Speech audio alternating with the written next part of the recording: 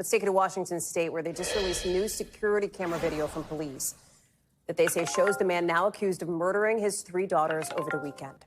This video, taken just days before that happened. You see Travis Decker here, the kid's dad, appearing to ring the doorbell. Police still have not found him, now 3 days after the bodies of his daughters were discovered at a campsite near his abandoned truck. And tonight, we're also hearing from the girl's mother, Whitney, through her lawyer, calling on the state's Amber Alert system to be reformed after the Washington State Patrol did not issue an alert in the hours after her ex-husband failed to return with her girls. Listen to what her attorney told our Seattle station. They did not see him as an immediate physical danger to his children, despite the fact that he had a well-established history of mental health issues.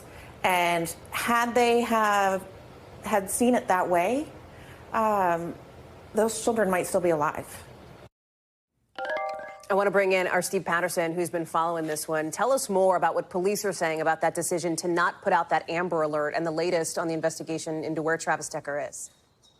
Yeah, Hallie, first of all, big props to one of your producers, Ben Trachtenberg. Working with him, he reached out to the State Patrol. They sent us a pretty detailed response.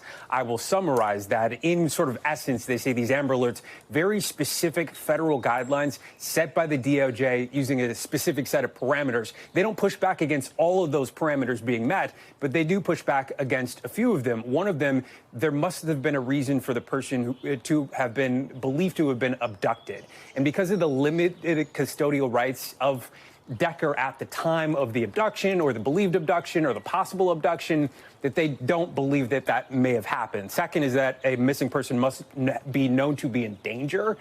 No indication, according to them, because, again, this is a person who had the kids, was a little late for visitation after having the kids, didn't necessarily indicate that there was an abduction that had taken place. So, based on these guidelines, they did send us a statement saying, that they did trigger an endangered missing persons alert, but of course not the same as an Amber Alert. Here's their statement. It's on screen. It says, the state of Washington handled this incident no differently than any other state with the information they had available. But all of that said, nothing, no process, no set of standards can protect us from the evils and horrors. We will learn from this tragedy. They'll review it, and they'll continue to follow along with the set of tragedies there. Meanwhile, this obviously is still well underway. Decker, 32 years old, believed to have had training, former military vet, believed to have known to have gone off-grid several times. So this is a person that knows how to survive in the wilderness for elongated periods of time.